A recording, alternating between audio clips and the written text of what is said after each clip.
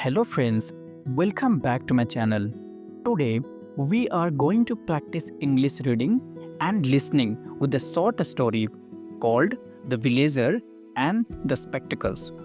First, I will read the story, then at the end we will look at the key vocabulary words so you can learn their meanings and how to use them. So let's get started. There was a villager. He was illiterate. He did not know how to read and write. He often saw people wearing spectacles for reading books or papers. He thought, if I have spectacles, I can also read like these people. I must go to town and buy a pair of spectacles for myself. So one day, he went to a town. He entered a spectacle shop. He asked the shopkeeper for a pair of spectacles for reading. The shopkeeper gave him various pairs of spectacles and a book.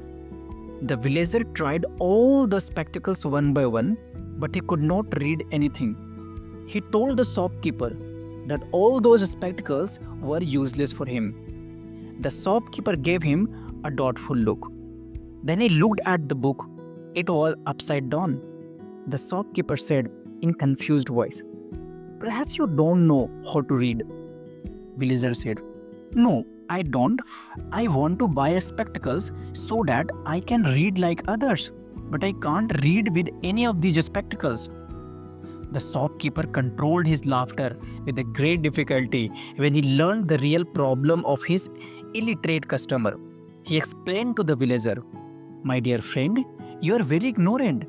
Spectacles don't help to read or write. They only help you to see better. First of all, you must learn to read and write." So the moral of the story is, ignorance is blindness. Just buying tools like glasses doesn't give you skills. You have to work hard to learn them. Now, let's look at the important words from this story. Learning these words will improve your English vocabulary. So let's get started. The first word, illiterate. Illiterate means a person who does not know how to read or write. Example, the villager was illiterate, so he couldn't read the newspaper. Next word, spectacles. This is a formal or old word for glasses or eyeglasses.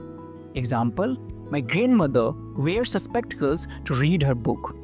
Next word, various. Various means many different kinds or types.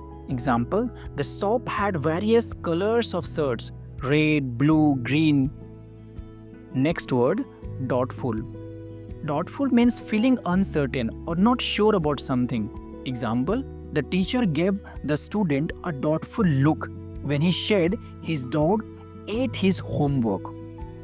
Next word, upside down. Upside down means when the top part of something is at the bottom. Example, you are holding the phone upside down. Turn it around. Next word, ignorant. Ignorant means lacking knowledge or information about something. It doesn't mean stupid, it just means you don't know something yet. Example, he was ignorant about the rules of the game. So thank you so much for listening this story today. I hope these words were helpful for your English practice. Keep learning and take care of yourself. Thank you.